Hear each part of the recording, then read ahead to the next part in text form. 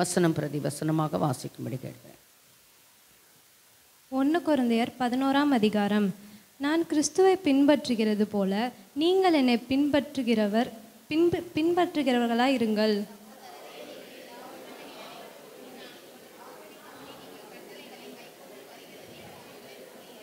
ஒவ்வொரு புருஷனுக்கும் கிறிஸ்து தலையாய் இருக்கிறார் என்றும், ஸ்திரீக்கு புருஷன் தலையாய் இருக்கிறார் என்றும், கிறிஸ்துவுக்கு தேவன் தலையாய் இருக்கிறார் என்றும் நீங்கள் அறிய வேண்டும் என்று விரும்புகிறேன்.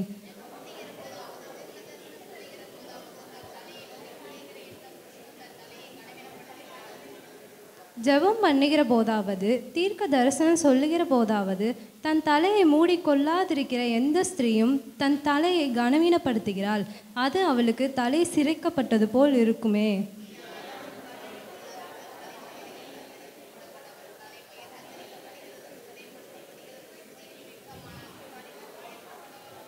புருஷனானவன் தேவனுடைய சாயலும் மகிமையுமா இருக்கிறபடியால் தன் தலையை மூடிக்கொள்ள வேண்டுவதில்லை.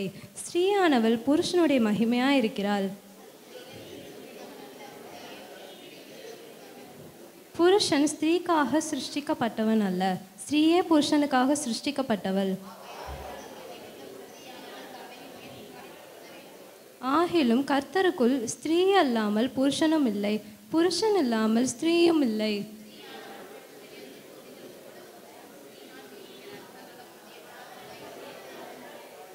ஸ்திரீயானவள் தேவனை நோக்கி ஜெபம் பண்ணுகையில் தன் தலையை மூடிக்கொள்ளாமல் இருக்கிறது லட்சணமாக இருக்குமோ என்று உங்களுக்குள்ளே நிதானித்து கொள்ளுங்கள்.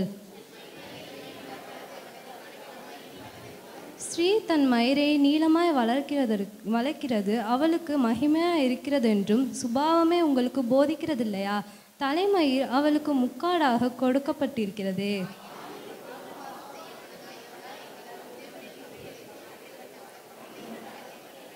உங்களை புகழாமல் இதை குறித்து உங்களுக்கு கட்டளை கொடுக்கிறேன். நீங்கள் கூடி வருதல் நன்மைக்கு எதுவாயிராமல் தீமைக்கு எதுவாயிருக்கிறதே.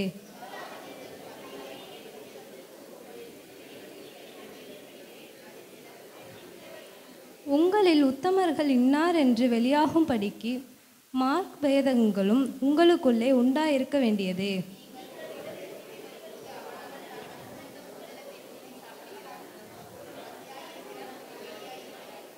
இப்படி செய்கிறது கர்த்தருடைய ராபோஜனம் பண்ணுவதல்லவே.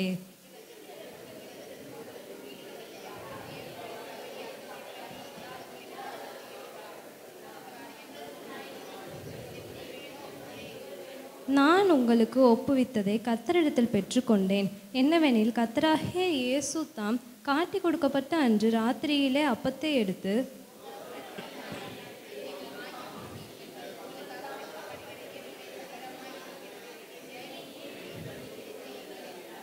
போஜனம் பண்ணின பின்பு அவர் அந்தபடியே பாத்திரத்தையும் எடுத்து, இந்த பாத்திரம் என் இரத்தத்தினாலாகிய புதிய உடன்படிக்கையாக இருக்கிறது. நீங்கள் இதை பானம் பண்ணும் போதெல்லாம் என்னை நினைவு கூறும்படி இதை செய்யுங்கள் என்றார்.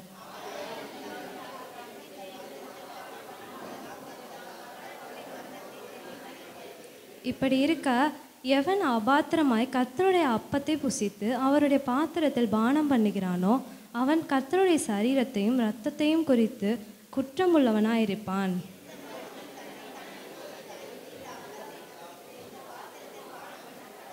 எண்ணத்தினாலெனில், அபாத்திரமாய் போஜனபானம் பண்ணுகிறவன் கர்த்தருடைய சரீரம் இன்னதென்று நிதானித்து அறியாததினால் தனக்கு ஆக்கினை தீர்ப்பு வரும்படி போஜனபானம் பண்ணுகிறான்.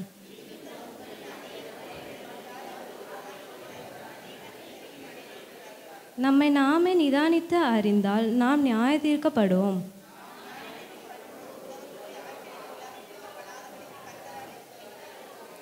ஆகையால் என் சகோதரரே, நீங்கள் போஜனம் பண்ண கூடி வரும்போது ஒருவருக்காக ஒருவர் காத்திருங்கள். நீங்கள் ஆக்கினைக்கு ஏதுவாக கூடி வராதபடிக்கு ஒருவனுக்கு பசி இருந்தால் வீட்டிலே சாப்பிட கடவன். மற்ற காரியங்களை நான் வரும்போது திட்டம் பண்ணுவேன். ஆமென். 11